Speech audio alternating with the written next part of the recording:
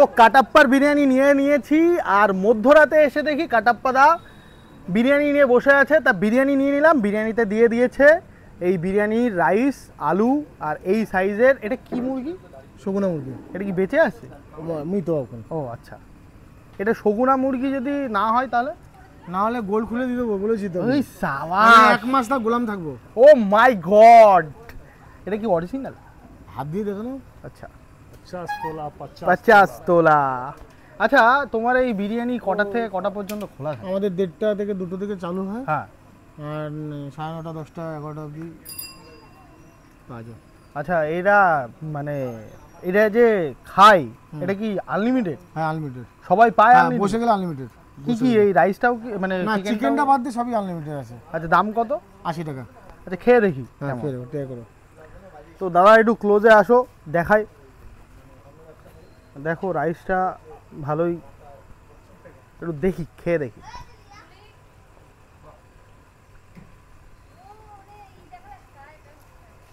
স্বাদটা ভালো, কিন্তু আজকে একটু মনে হচ্ছে যে রাইসটা হতে পারে, তাহলে না হওয়ার কিছু নেই।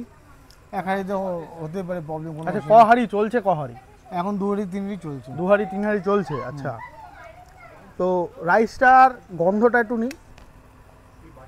আচ্ছা, সেন্ট ইউজ করা হয় না নাকি? একদম কম করি, মানে একদম সেন্ট নেই বললেই চলে।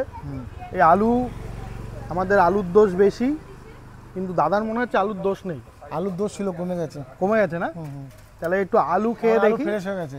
ফ্রেশ হয়ে গেছে, আলু ভালোই গলেছে। এবার আলুর দোষ আছে নাকি দেখি। না, আলুর দোষ নেই, ঠিকঠাক আছে। এবার একটু শকুনা চিকেন ট্রাই করি।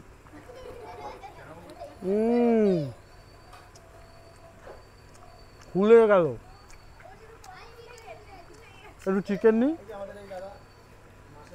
দেখো চিকেন, আলু আর একটু রাইস।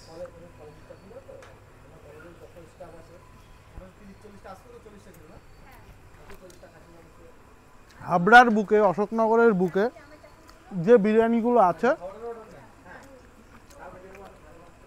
সেম ক্যাটাগরি, একটু অন্য ধরনের, সেন্ট কম। তোমরা ট্রাই করতে পারো, আর যদি ট্রাই করে থাকো অবশ্যই জানাবে কেমন লেগেছে তোমাদের। আর ট্রাই না করে থাকলে কাটাপ্পা দার কাছে অবশ্যই আসবে কাটাপ্পার বিরিয়ানি খেতে। কাটাপ্পা দা, বাহুবলী কিভাবে মরলো? বাহুবলী আমার মনে হয় চিকেন খেয়ে মরে গেছে। চিকেন খেয়ে মরে গেছে না? তো তুমি আসবে কি করে তোমার কাছে? আমার কাছে যদি অশোকনগর থেকে আসে, আচ্ছা, তাহলে 2 নম্বর প্ল্যাটফর্মে নামতে হবে।